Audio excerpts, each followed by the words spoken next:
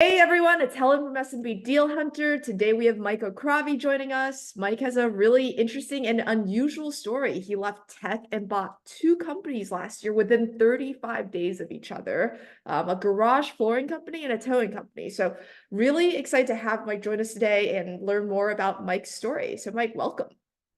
Yeah, thank you so much. I love being here. I'm on your newsletter. This is great. Yeah, no, really, really excited to have you. Well, Mike, to get started, I mean, can you share a little bit more about your background and how you sort of, fell into the whole business buying world? Yeah, so I've I know a lot of people say this, but it is true for me. I've always had this entrepreneurial bug. I grew up around the time when, VC-backed tech founders were like they were like gods, right? They're just deities that you had to worship. And if you weren't trying to be like them, like what were you even doing? And so at some point, maybe 10 years ago-ish, I had started my family has a big healthcare background. And so I started a company that was doing telehealth where you can talk to a doctor through your phone or through your computer remotely and get diagnosed and prescriptions. I thought it was the coolest thing, but it was a bit ahead of its time. Actually, it was quite a bit ahead of its time. And we didn't really see much traction with it. There weren't a lot of companies that really wanted to pay for that as a fixed cost. They wanted to kind of like pay like as a on an as needed basis, which is for us was hard for us because how are we going to, predict our expenses, the revenue. And so I kind of ran it. In the meantime, I was working a job. I got into tech and customer facing roles like account management and sales. Um, I ran that company until 2019, and I was like, you know what? I'm pulling the plug on this, and I'm done with this. And also, around that time, well, a couple years before that, my father had owned a group of urgent care clinics in New York City, and he was very successful with them. My dad was like my idol, but he died just out of the blue. He woke up and he had a heart attack, and that was the hardest thing I'd ever gone through. But one of the things that made it harder was that I had to take over his company, something I had no idea how to do because Wow. those are very specialized kind of companies that if I was like, okay, I have to I'm the only one who can realistically do this in my family. Let me try to, like sell this and get a good outcome. And didn't work out that well. I did a pretty poor job, I guess. And that always kind of both of those things together kind of made me a little bit shy about going back into entrepreneurship. So I kind of stayed in tech and until last year. Yes, last year, sorry, 2022 is I got laid off from Asana, where that was like my dream company. I loved Asana. And if you know anything about Asana, they're like the most Silicon Valley-esque company ever. Like literally the name Asana is like hilarious that a company would name themselves that, if you know what it means. Um, and they really What does it mean? Tell us. it's oh man, I'm gonna kill this one. It's the Sanskrit based on a Sanskrit word. It's I don't know, something's I don't know I exactly. just Something Googled it. Posture, seat, or place. There you go. But people who know what it means, like, really care about that word. They're trying to signal something. Okay, let's put it that way. And like I loved working at that company. That was my dream. And tech companies, especially Silicon Valley, want to sell you that dream of like you're part of this family and we really care about you and we're going to cater food for you every day. And you can like take off as much time as you want and it all is good because we have like unlimited amounts of money. And literally like during the time I was there, I mean, this was like kind of like on the tail end of like the pandemic boom of like tech companies. Um, the founder himself, who's like an ex Facebook co-founder, the guy is richer than God and the Pope, right? He funneled hundreds of millions. Actually, no, sorry, it was well over $1 billion of cash of his own cash into the company to improve the balance sheet. So like kind of the polar opposite of what we look for in the small business world. Anyway, when they laid me off, that was like it just opened my eyes. I was like, I will never be subjected to somebody else's whims, to poor management or short-sighted management. And it's just like I just started seeing things differently. I was like, all these people who are leading this company, they ostensibly are so smart. I mean, they are smart. No, there's no question about that. But they're great talkers and presenters, but they're not great executors. Like if you, for example, want to create change in a company, especially a relatively large company, you can't just create like a new model of, well, I don't know, how we're going to engage with our customers. Like that's not enough. How do you get people to actually adopt the habits that go into that model? And I just sort of saw all this clearly. I was like, they're never going to feel the sting of their poor execution. They're going to jump to a new company. And meanwhile, they're making decisions on my life. I was just so angry, right? So a couple weeks later, luckily, I got a new job. I was fine, right? But that sting, that wound was still so fresh. And I'd come across the idea of acquisition entrepreneurship, and that bug kind of just hit me, like stuck with me. So, okay, that's, I mean, really crazy story. So tell us, I mean, what happened next? How did you get into, what businesses did you look at? How long did it take before, you bought the first one? I guess the second one came pretty quickly. Yeah. Yeah, tell us more. I'm gonna say that I ran my search kind of like how a caveman would have run their search. Like I was just like, all right, what has like the best cash flow? Like what has the best multiples here? Like, you know, that's what I'm gonna look for. And also I was, but the large part of it was that I was very limited in my knowledge of what was possible to buy. So I was thinking, you know, I came across this world through the content of Cody Sanchez. And I think Cody Sanchez makes it very appealing to a lot of people. Like, hey, why are you doing what you're doing? Go buy a business. Like, you're stupid. Like, stop wasting your life. And that really opened my eyes when I started to research it.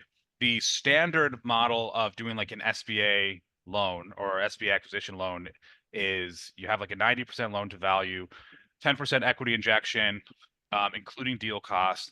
And so I was like, okay, like, all right, so that kind of limits what I can buy. So maybe I'm looking in not looking in like a $4 to $5 million range, because I didn't have that much cash at the time. Um, now I know with the benefit of hindsight, there's a lot of ways to structure these things differently. There's ways to get investors on board. That's what I'm working on now. But at the time, I was very limited. So I was like, okay, what can I buy that has pretty good cash flow and is also not pretty cheap? and I started on Biz Buy Sell. One of the big things that really held me back at the beginning was talking to lenders, because the first bank I spoke to made me feel like this was impossible. They were like, hey, we can give you a loan, but really you're going to want to find someone who has industry knowledge and bring them in, and they're going to have to PG the loan. And I was like, at the time, like most searchers, I was like, I don't even know what industry I want. Like, how do you think that's going to work? Like, I'm going to supposed to find someone for this one potential deal in this one industry, and then if that doesn't work out, bring someone else for another. It's just never going to work. And at the same time, I'm going to ask them to PG the whole loan. It just doesn't make sense. So what I had to learn eventually, and that was when I started talking to the towing company, and I'll get into that, is that the more banks I spoke to, I realized they had very different requirements. The bank that ended up financing the garage flooring company didn't care about my resume. I literally said, "Do you want my resume?" They were like, If you want to send it, you can, but we don't really care about that." So anyway, I started on Biz Buy Sell, came across the garage flooring company, came across the towing company pretty quickly. I made a spreadsheet, and one thing I was looking for was like, who's a motivated seller? Because that's actually something Cody Sanchez talks about. And I agree with that to this day. Like, motivated sellers are going to give you the best terms. They're going to want to work with you, find ways to work with you. Whereas, if everyone's looking at the best deals out there. So if you're looking at like something that's cash flowing over $1 million, has great books, and has like 4 years of like audited financials that support that, like, you're competing with so many other people that they're going to find reasons to like filter you out. So I quickly kind of went into the process of both of those businesses, the towing company and the garage flooring company. If you want, I don't know if you want numbers or whatever, I'm happy to share anything. Yeah, no, love to. I mean, what do you mean by motivated seller? Can you share a little bit more about that? What were you looking for?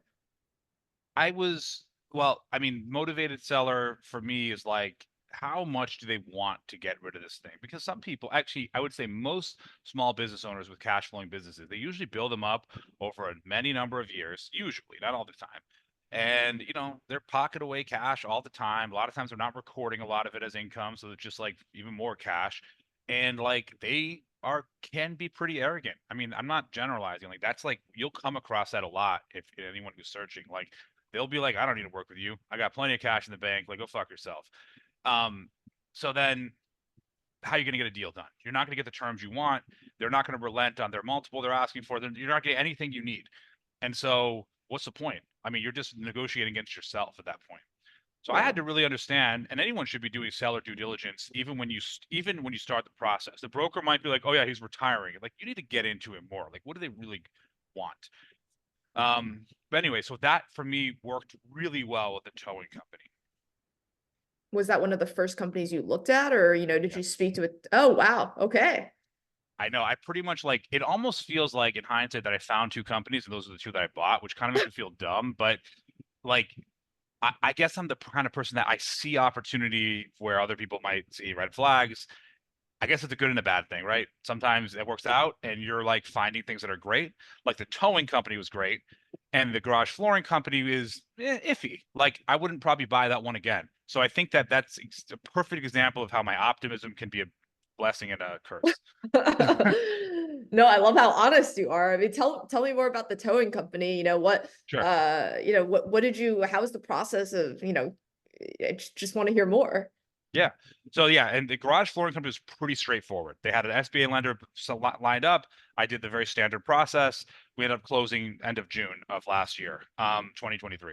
The towing company was it was it was it was not exactly did not exactly have clean books. Okay. And this is very common for towing companies because they have a lot of cash coming through the door.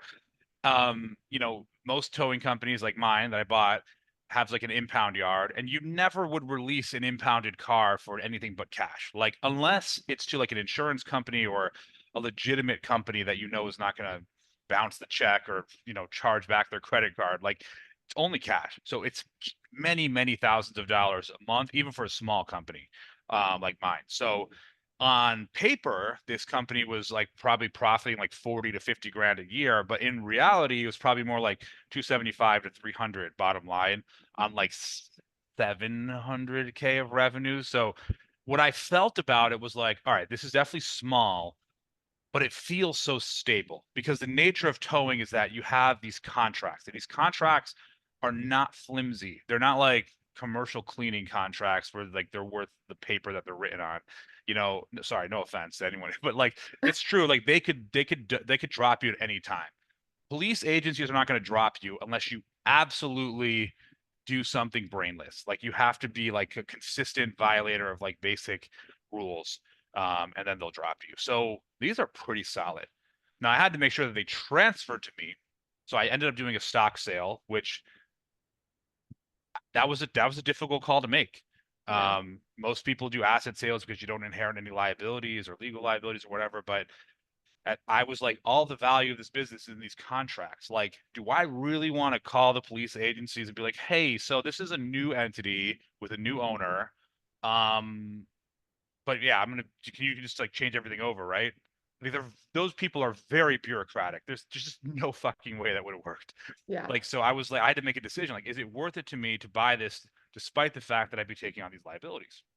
Anyway, I saw the value and I tried to have a bank see the value. We had 3.5 months down a road with a bank that was going to actually underwrite this loan for the towing company.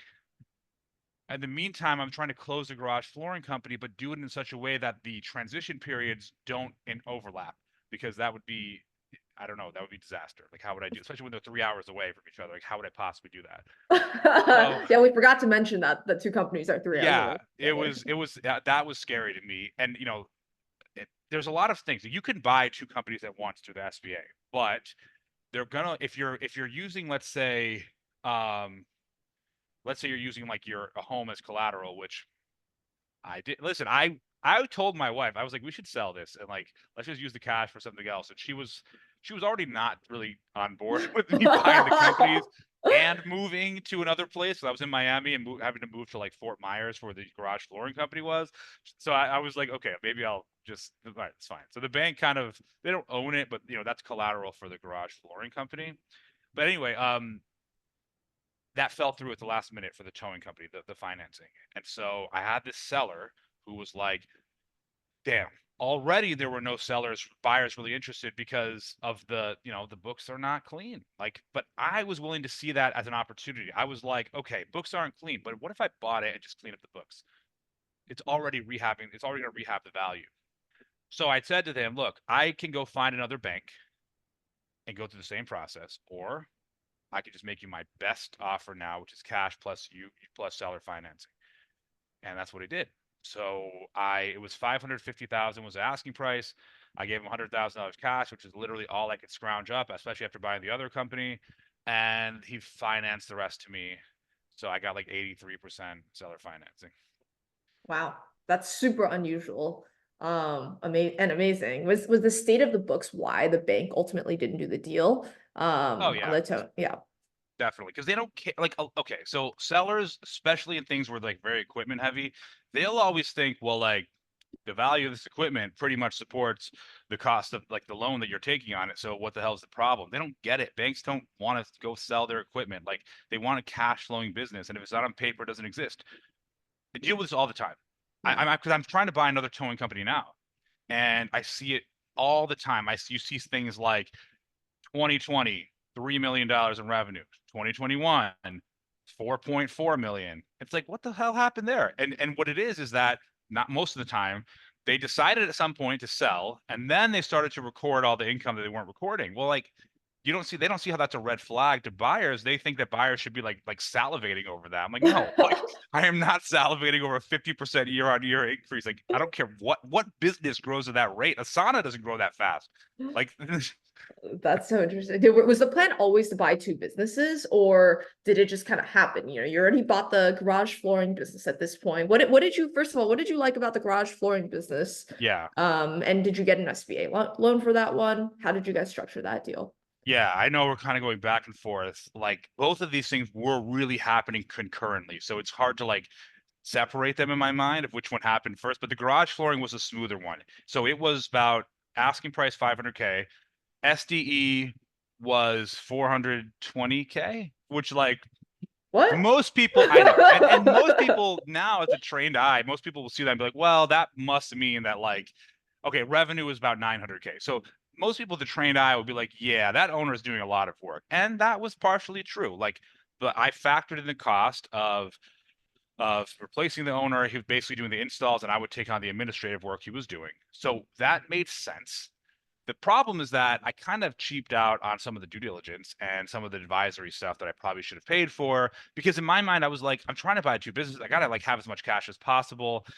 I know I can hear people saying it, penny wise, pound foolish. Look, I was just trying to get it done. And I tried to, the way I did it was I tried to look for proxies to tell me like, is this or isn't this a good business? So it had a couple things that I thought were very difficult to replicate. Number one, unlike the towing company, the SDE that I told you is exactly what the guy filed on his tax returns.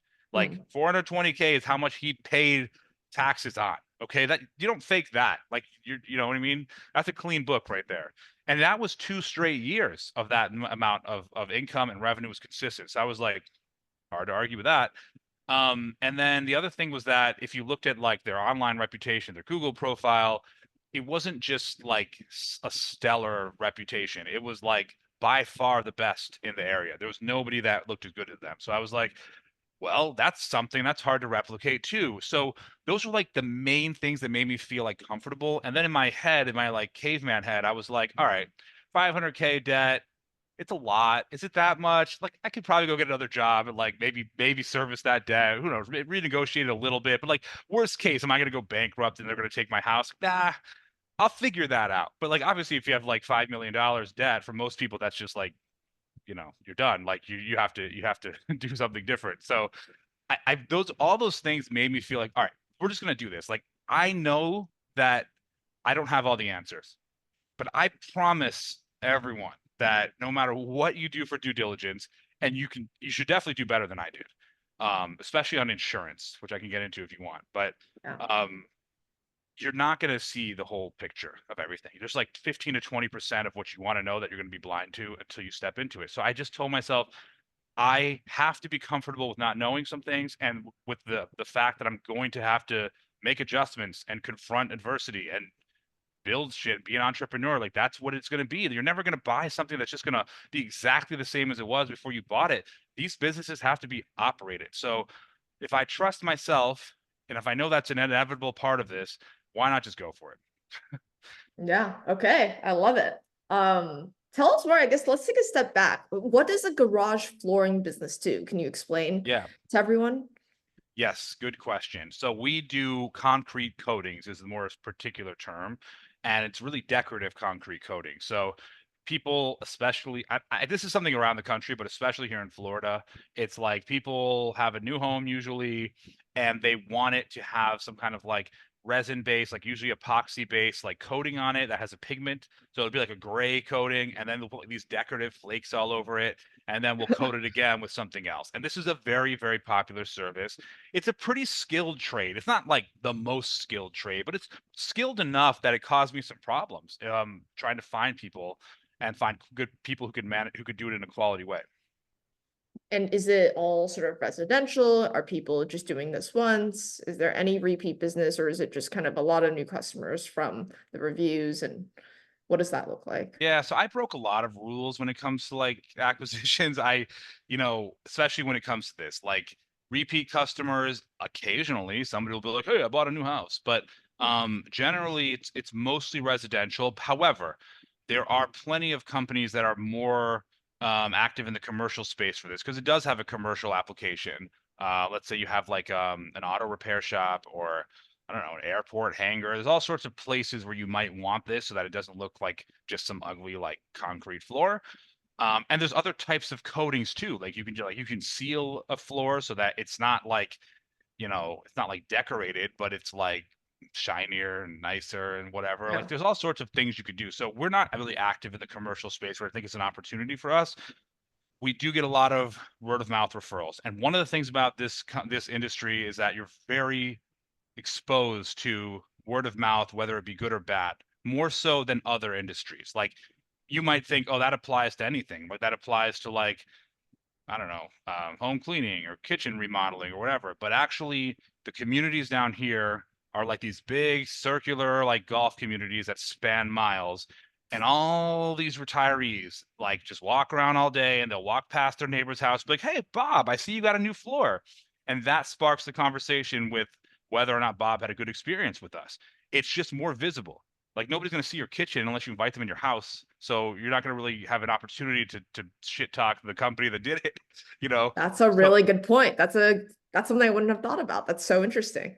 that's what going back to what I said about the lack of visibility. There's no way I could have known that. That's an insight I had to develop on my own. Well, thanks for sharing that little tidbit. I mean, on the towing company side, you're working with contracts or with police agencies, is that right? Do you guys have like preferred relationships? Is it just kind of round robin? What did that look like? I'm assuming, you're buying all these great contracts, which is, I guess, All right, so completely different from the garage flooring business. So I'd love to hear more about that one too. every person I talk to about towing starts dreaming and salivating over towing companies. All right, so brace yourselves. Um, we have police contracts with, yes, put you on a round robin rotation. There's about So actually recently, one of the local police agencies, they do like a yearly kind of checkup on your documentations and compliance. They sent an email, but they didn't like blind copy all the towing companies on the rotation. They just put us all in one thread. Oh my. And so I see exactly who's on the rotation and how many. And on that one, and we have like 5 or 6 that we're in with, there was 11 companies. So every like 11th call, in theory, we should be getting, whether that's an accident call, or an arrest, or sometimes like an abandoned vehicle somewhere and the police want us to get it. What happens is that all of those go into our impound yard, and then we have all the power. So I'm going to sound like diabolical here, but this is really like a 180 from garage flooring where I have to kiss everyone's ass all day. So once your car comes into our yard, we don't have to release it unless you pay us cash for all the time that it was there, plus the storage, plus all these fees. If you had your car impounded today and you got it today, you'd still probably have to pay like $270 just to get it out. So there's just that. Then that's like county set rates. Like I don't choose that. Now here's where it gets fun. Let's say you don't have the money to pick up your car, which happens all the time. Now, obviously, if it's a nice car, you might have a loan on it. So the lien holder may come get it because the lien holder's not going to let it go to me. They're going to come get it, right? This happened. I posted this on Twitter. Like I had like this 2014 Corvette convertible that came in, and the Nice. guy didn't pick it up. I was like, what? It's almost inconceivable that somebody with a car like that wouldn't pick it up. Like, you want your Corvette sitting in this dirty tow yard? Like, no.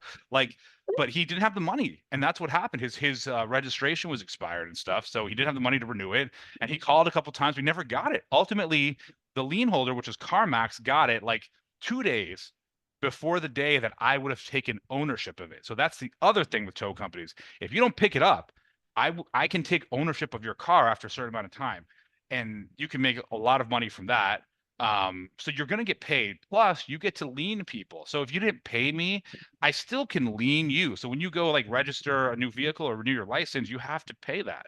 So I've had people, stupid people, fight with me over the fact that we impounded their car and like they're not going to pay and they don't feel like it's justified. And I'm like, okay, it's just, yeah, keep waiting then. Let's see what happens. Like, and like literally like, oh, I'll never forget this one lady came in. She said she was a lawyer. She was like sitting in my office trying to read the bylaws and stuff about towing. And I was like, get the fuck out of here. Like, what are you doing? Like, go do this somewhere else. And she was just didn't want to pay. It was like $700. And she had this car in there that was probably worth $20,000. And she never got it because she didn't want to pay the $700. So now I took $20,000 of her property. I mean, like, what is people thinking? So my recommendation is if you get towed, you're not going to win by fighting the towing company. Don't even bother. They're going to beat you. I mean, and I don't want to be that guy, but like, what am I supposed to do? I have to run the company the same way it's been run.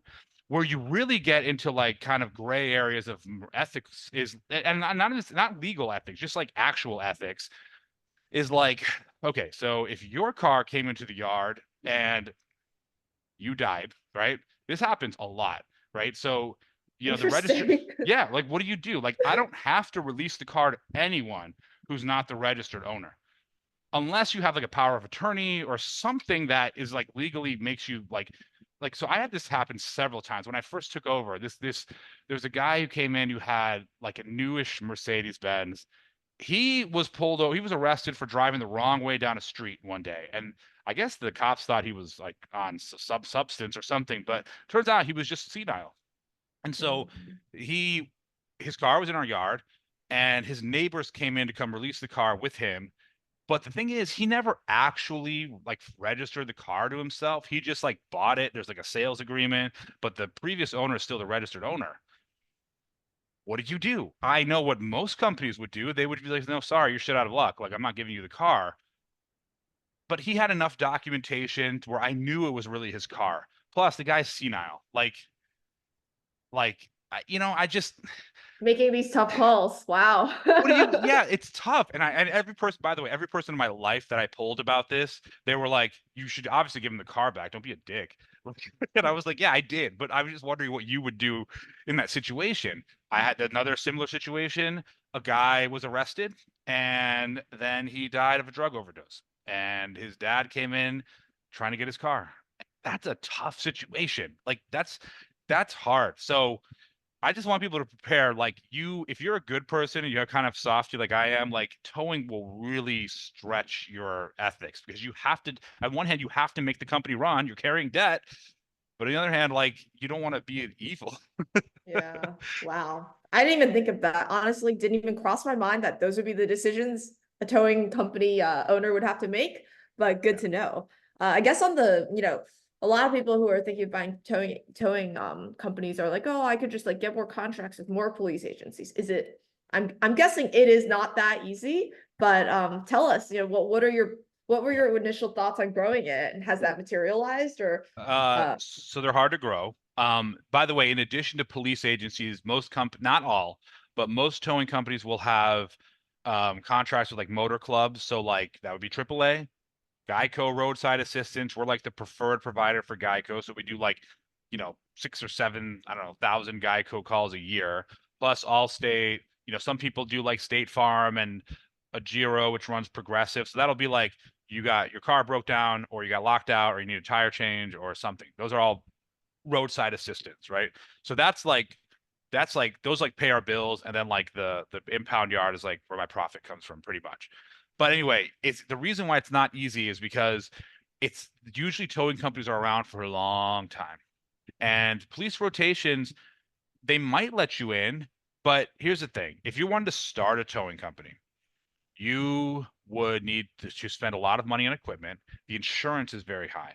And by the way, the insurance for this is a I don't want to get off track, but even if you do a stock sale, you're not going to inherit the same insurance premiums that the previous seller had. I thought I would. I was like, yeah, it'll be the same. It's the same company. How are they going to say anything? No, it's new owner. That's their opportunist. That's what they're going to do. They raise it 25 grand. Okay. Wow. Anyway, so your insurance is pretty high on these things. You need to have a certain amount of coverage to be able to qualify for these rotations and for roadside assistance. And good luck even finding where you're supposed to apply to get into the motor clubs. There's no, I challenge anyone. Find me where you can apply to get into State Farm or like, I don't know, Porsche roadside assistance or BMW or OnStar, you name it. I cannot find it. It's just they don't make that shit public, I guess. Some of them do. Like I think Allstate's is somewhat public. I don't know about Geico's. I was able to find AAA's. So that already like is something you would have never thought about. Now, if you're really aggressive, you want to just call everyone all day until somebody gives you an answer, I'm sure you could, but they may not accept you still. Like they just may not. So growth is a difficult. I think the way to grow would be two things. One, you open up another yard nearby. Oh, and by the way, the reason why you can't just get into more police agencies is because you need to be able to respond to them within 30 minutes. I don't know if Mm, that's universal, but it kind of makes sense because they're unionized, they're on a clock, they're expensive, they don't want to sit there waiting for you. So if you can't respond within 30 minutes, they're not going to let you in if they think you're in a bad like a location that's too far away. So that's the other thing. But yeah, so open up a new yard. This is what I'm considering too. Like I found some land to buy, figured out the build out cost. There's a bunch of police stations up there. Then you can grow, but you have to take on a lot of leverage to grow. Even if you just like, okay, I want to get into a new motor club. Well, even to service that capacity, you're going to have to buy more trucks, get a new driver. That's what tanks any company, but especially towing companies. So I think the growth is comes from like just maybe like for one thing I did, very simple thing is like I changed our schedule so that we have one driver who's on until midnight. And that changed things a lot because we were able to get like 5 or 6, more calls a day just by doing that. And I mean, it wasn't brilliant. Like I don't feel brilliant having said it, but like that was one thing. Another thing is that I take more types of calls. So sometimes you get a call where like you have to go pay to release a car. Like maybe you pay like $1,000 and then they'll release you a car and then Geico reimburses you. A lot of guys don't want to do that because they don't want to wait 2 weeks for Geico to like give them $1,000 back. So, but I do those because I'm like, why not? It's profitable. But it's just like you're not going to see like crazy growth. Like I don't see how. interesting. Wow. Yeah. Okay, but that's really good insight and good insight on the growth. I mean, that's the just little things like changing schedules. People often talk about just like raising prices, which I guess is not as much of a thing here, but there are a lot of little things you can do to kind of grow a business that aren't so high, so much of a lift. So Hmm. I'm curious, I guess, in terms of now, like what I mean, I guess buying those two businesses 35 days after each other, like what was that transition like? And what's your schedule like now? I mean, I guess let's start with the transition. All right. So transition, like the garage flooring company was kind of a shit show. So first of all, the key installer who was going to be the main guy I had other than because the owner was doing half of them and the other guy was doing the other half. And so the two crews basically. Um, he was on vacation. So the first week of transition, the owner had to be the so that took a week away and like he didn't want to do anything else. I was like, hey, can we get me a login for like the website? Can you like he's like, no. Like that, I'm sorry. I can either do this work, I can do that work. I can't do both. And I was like, so, I didn't really have a super great experience with that seller pre-closing and post-closing. I'm not saying he was the worst. I've heard of absolute horror stories, but like if you kind of get a sense that the seller's kind of I don't know, intractable, let's say, for lack of a better word, they're going to be intractable, especially after the deal closes, because they got no reason not to be. Like all of the risk transfers to the buyer. So now, if I were going to do another transaction, like I would definitely take steps to mitigate that. But so anyway, 1 week was gone from the transition, and then basically it was a week of like transitioning everything over and like teaching me how to like manage the scheduling system and stuff. And then at that point, I was like, okay, I don't need you anymore. Like, go away. Like, I don't need you for the third week. And he'd even show up for the third week, so it was Oh like my whatever. gosh. And Yeah, he I was the know. one that, wait, just to be clear, he financed the majority of this transaction. No, sorry, that was a towing company, the garage flooring Oh, company. I actually did SBA with that, like was standard there SBA, ten was there a percent. note? Was there a seller note? Oh, okay. Like I said, my knowledge at that time was very rudimentary. It was just like, oh, you're going to put on 10% and they're going to finance the rest and bing, bang, boom. Like I didn't even think about things like seller financing or forgivable seller note or something that is an escrow, based on the performing transition services. Like I didn't even think about that stuff. Like I don't know. It just wasn't part of my mind. I was like, I got to come up with the equity injection somehow. If I had to do it all over again, okay, I will say this. There are benefits to buying small. It's not all bad, like everyone makes you want to make you think, because when you're small, you can shape the companies to what you want them to be. And I'll tell you how I did that. But when you're big, you really can't. Like there's so many things happening, and you can't like ignore those things. Like you have to keep them on track. But all in all, like netted out, I would say bigger is generally safer and better. You're gonna have because you basically have like more levers you could pull if you need to create more cash flow. Like you have revenue coming in, but it's just like, are you overstaffed or are you a little bit bloated in some area of marketing or something? I don't know. But like when you're smaller, you just don't have as many. It's like you have this is your revenue base. It's significantly smaller than most other companies that people buy, and you got to make it work. Like good luck raising the top line. Like it's hard to do that. So you took over that business in the first, I guess that was the towing one. That the first one was garage flooring. That was June 30th, and then towing was closed on August 4th. So garage Uh, flooring was the one where you, after 3 weeks, just took over completely. yeah. I was like, please go away. Like, and honestly, it was similar with the towing company. Like, And it was a how did you manage both of those? I mean, like, so well, yeah, what did the transition look like for the towing, and yeah. what was your day-to-day like? So thankfully, they didn't overlap. There was like a week or two buffer between them. So I was able to kind of get the garage flooring into a place where, like, okay, we have these jobs scheduled. Like, we have our sales guy is going to take calls. He's going to schedule more jobs. Our crew is going to see the jobs that need to be, scheduled in the scheduling system, and they're going to go and do it. They knew what they were doing. So pretty much it just kind of worked. One of the things I looked for was like low administrative kind of, processes, just like easy. So it wasn't that crazy, but it was risky. Like if like you're still trying to like digest what's going on with one company before you go to the next one. But then after that, I was driving every day. Well, I was staying in a hotel, so I was going to this to the towing company and staying in a hotel 3 hours away, doing the transition there. And the seller was much kinder, and we had a good relationship. A little bit crotchety, but whatever. Like most of them are. Um, and the only thing with that business was that it was very, very process intensive because he made it that way. Like he decided to put some egregious processes into place that I would never do. Like, for example, this is just one of like 50 equally ridiculous things, but like he will have drivers sign something saying that they will not dispute their pay ever. Like each pay period, which is weekly. And I'm like, I don't want these papers. What the fuck am I supposed to do with these? Like, this is stupid. Like, what could possibly happen if I don't do this process? So I was like, that's done. And then one of the first things I did was I found out that one of our office managers, or sorry, dispatchers, was extremely competent, like absolute gem. And so I said, hey, I want to pay you a lot more money, which wasn't actually a lot of money, but it was percentage wise was a lot.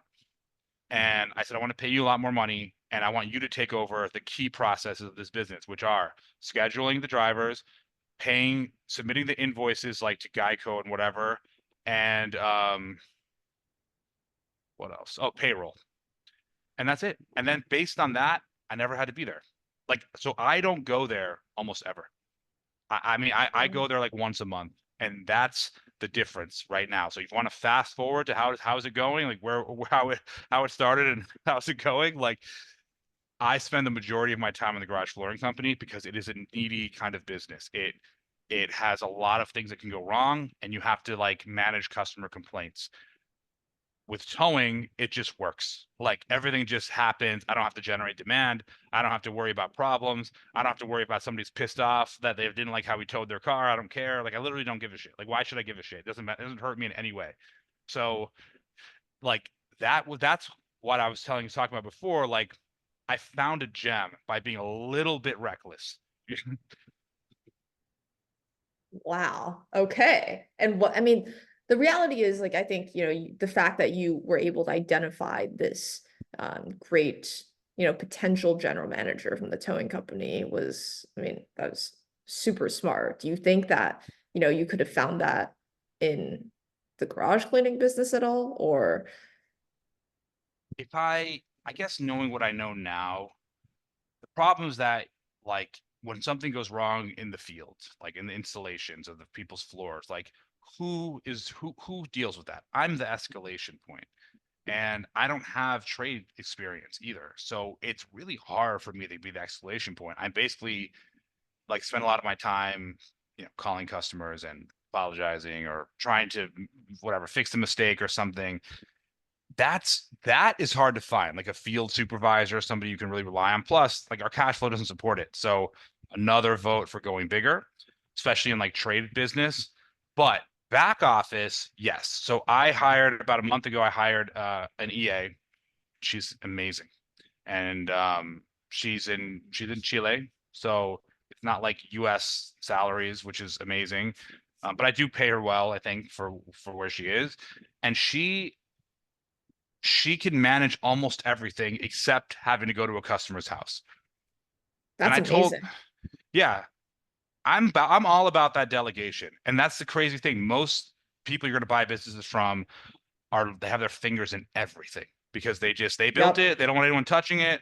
They don't want you to screw it up. And so that makes it hard. So you have to find like where's the opportunities for me to like pass this thing off so that when I take ownership, it's going to be way easier for me. Yeah. Wow. So what are you thinking of next? What's it look like next? Are you focused on growing these two businesses? Are you acquiring more? What are you doing differently next time? Oh, so many things. And if anybody ever wants to talk to me about this, like I'm an open book. I'll share everything I know. But so garage flooring, not a fan. It's small projects, it's constant generation of demand.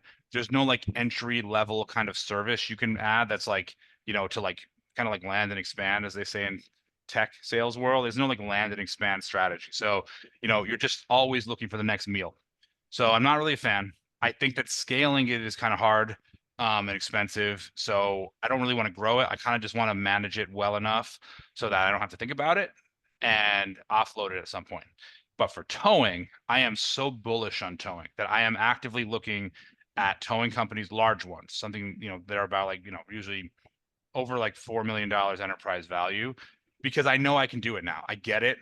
I'm coming into it with someone with industry experience, which is a lot more appealing to like investors and other and sellers. What I would do differently is a couple things. One, please like do insurance due diligence. That's like huge because you're gonna get screwed. I guarantee it. They don't care that it's the same company or whatever. Like you're just that's just how they are. But also I would structure a lot of things into the deal to make sure that there are protections in place. So like for me, if you're not going to let me talk to your key employees, I'm sorry, there's non-negotiable because there is so much risk. When I took over the garage flooring company, the key installer, so the crew lead who wasn't the owner, had already started his own company doing Wow. something on the side. And now just today I was looking at their like because he finally left and like did this full time. I was looking at their Google reviews, and he has had Google reviews since like well over a year ago. So this wasn't like some new thing. Like he was doing this for a while. Like that's a huge risk. Like that literally that cost me a lot of money because replacing him was not easy. Another vote for going big because you usually have more like SOPs in place. It's easier to train people. Anyway, so that's one. Secondly, there has to be some amount of seller financing because post transition, like I said, post closing, all of the risk goes to the buyer. And a lot of sellers are, people just act differently. Like when they don't have money on the line, they're just like, it's not even like a question of like, are they going to show up and help me transition the company, but like how they do it.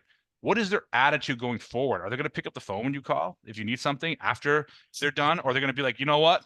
I charge $400 an hour. So if you want to bring me on retainer, go ahead and send a check to this address. Like you don't want to deal with that shit. There's going to be questions that you have after transition. And I think some people say, well, I'll just pay the owner to be on for a period of time. Yeah, okay, fine. Like I guess you can do that, but like to me, I shouldn't have to pay for them to stand behind what they're selling. So, you can do forgivable seller notes that are based on certain conditions. For me, I would just want it to be forgivable based on transition. But some companies, depending on, especially if they're like have an uneven kind of record of revenue, some people will do forgivable like an earnout where it's forgivable based on performance, or at least paid out based on performance. So um, I would also let's see, I would also do more research on the geography. I didn't do that, and I got lucky with the garage flooring that it was in a great spot. But there is a lot of competition, but that's okay. Like I don't mind being in a market with competition, but I don't want to be like in a crappy market. So it's good to kind of know like for example, I'm looking at a towing company now that's like only one around. That Yeah, I know if I buy that, we're gonna be fine. There's like zero risk to me. Like what's going to happen? They're the only one around, and some of this equipment that people have, towing companies have, could be like $1 million. Like that's not something that just any company just has. You know, so if you think about that as like a barrier to entry too, um, who else is playing in that market? It's just what it is. It's not like it shouldn't be a deal breaker, but it's nice when you have tailwinds. It's just nice. definitely. No, any other sort of advice? I know we're about at time right now, but any other sort of advice for folks that were kind of in your shoes, maybe working in W-2, maybe even working in tech, looking at, pursuing entrepreneurship finally. Yeah. What advice do you have for them? My advice is the main thing I would give is advice is don't always be afraid of deals that have some warts on them, because if they have warts, you're not going to be competing with a lot of other buyers, and you will be able to set the terms usually of what you're trying to do, because that seller is probably getting antsy. They may be a little bit too arrogant to admit it, but like they want to sell their business. That's why they listed it, right? So you don't know what's happening in their life. They're getting old, they're dying, their wife's dying, who knows? Like, so uh look at those and see, is there a way I can mitigate the risk with this, or maybe like have such amazing terms on this that I'm willing to accept some greater risk? Because now there's a lot of people entering ETA. Everybody wants a deal that's cash flowing over $1 million or whatever in like, HVAC. Like you're not the only one. You're competing with funds. You're competing with other people who have went to Columbia and, have like rich friends and family. Like you're just like, I can't tell you how many deals I look at now where like, as soon as I reach out, they're like, oh, it just went under LOI. It happens all the time. So you have to try. I think that people should need to try to be a little bit more open to seeing where's this value that I can uncover, but only I can uncover. No, I think that's a great advice and exactly right. I guess final question, Mike, where can people find you? If they want to learn more or, want to ask you questions or just want to connect. So I am pretty active on Twitter at Mike the Lummox, and you can email me, Mike Okhravi at gmail.com. And if you email me, I pretty much everyone who says they want to talk, I just say, hey, here's my number, call me anytime. So I'm pretty Wow. open. I love helping people. Well, I love how generous you are with your time. And thank you. Thank you for today as well.